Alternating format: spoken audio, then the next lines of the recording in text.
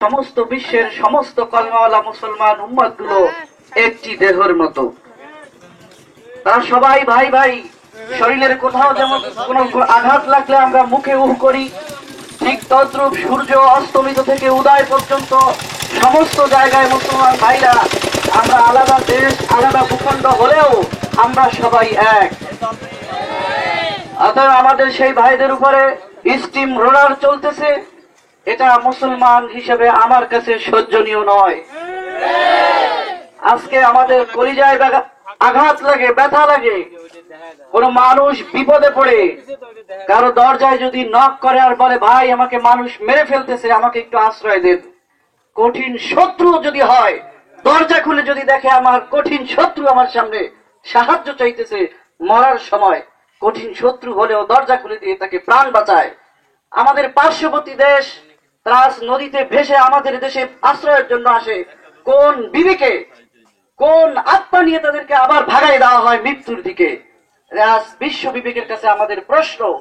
জাতিসংঘ হয়েছে, মানবাধিকার কমিশন হয়েছে, এটা হয়েছে সেটা হয়েছে, আমেরিকায় যদি কৃষ্ণাঙ্গ শ্বেতাঙ্গ নিয়ে বাস চলার উপরে যদি তাদের হাতে কথা কাটাকাটি হয়, বিবিসিতে, রয়টার্সে, আল জাজিরায়, সমস্ত বিশ্বকাপে, আর এখানে অগণিত হারে মুসলিম ভাইদের, ছোট্ট ছোট্ট শিশুদের, দুগ্ধপোষ্য শিশুদের, তারা কি কার বিরুদ্ধে তারা অস্ত্র ধরেছে?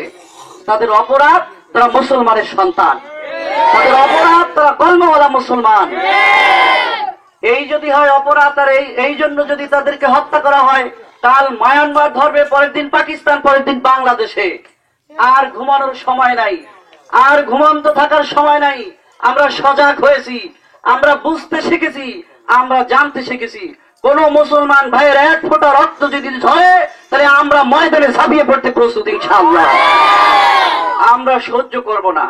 আমরা মানবাধিকার কমিশনের কাছে আমরা প্রশ্ন, এ কেমন মানবাধিকার? আমাদের দেশে আমরা হিন্দু, খ্রিস্টান, বৌদ্ধ, মুসলমান আমরা একসাথে সহ অবস্থানে বসবাস করছি। এমনকি সেদিন ব্রাহ্মণবাড়িয়ায় মন্দির ভাঙচুর করা হয়েছে, সমস্ত সাধারণ মানুষরা, সমস্ত ইমামরা আমরা এর প্রতিবাদ সভা করেছি যে হিন্দু ভাইদের উপরে কোন রকম আঘাত চলবে না। আজ আমাদের মুসলমানদের উপরে এরকম অগণিত হাতে বর্বরিচিত হামলা চলতেছে, আর সেই দেশের শান্তির পায়রা, গণতন্ত্রের মানুষ কন্যা অং সান সুচি, তাকে নোবেল দেওয়ার জন্য সবকিছু তৈরি চলতেছে, আসলে তিনি এই অবস্থায় খুব নিশ্চুপ। শান্তির পায়রা না অশান্তির পায়রা?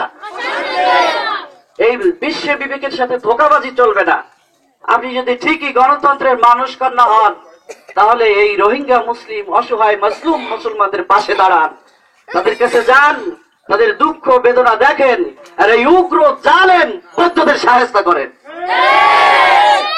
কথা বাড়াবো না ভাই।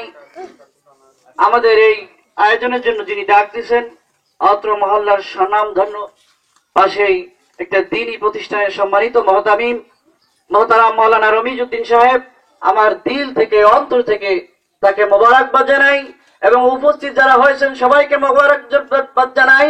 আল্লাহ তাআলা আমাদের সকলকে কবুল করুক বলে আমিন। ভাই, হতাশ হওয়ার কিছু নাই। হুজুর সাল্লাল্লাহু আলাইহি সাল্লাম বলছিলেন, হে মুজাহিদরা, যার যা আছে সম্পদ তাই যুদ্ধের জন্য আনো। সব থেকে কম, সব থেকে জীর্ণ সহযোগিতা ছিল হযরতে আবু বকর সিদ্দিকের। আবু বকর বলছিল, হুজুর আমার বাড়িতে শুধু আপনাকে, আল্লাহ আল্লাহ রসুল ছাড়া আর কিছুই রাখি নাই, সামান্য কিছু মাল সামানা।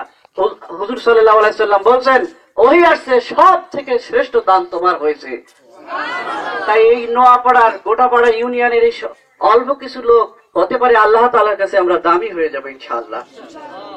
আমাদের এই অগ্রযাত্রা এখান থেকে শুরু হলো। আল্লাহ তাআলা আমাদের সকলকে, আমাদের সমস্ত বিশ্বের মুসলমানদের রহমত করুক, হেফাজত করুক, এই দোয়া, এই কামনা, এই সব কিছু আশা ব্যক্ত রেখে আমি আমার সংক্ষিপ্ত আলোচনা এখানে শেষ করছি। ওয়া আখিরু দাওয়ানা আলহামদুলিল্লাহি রাব্বিল আলামিন।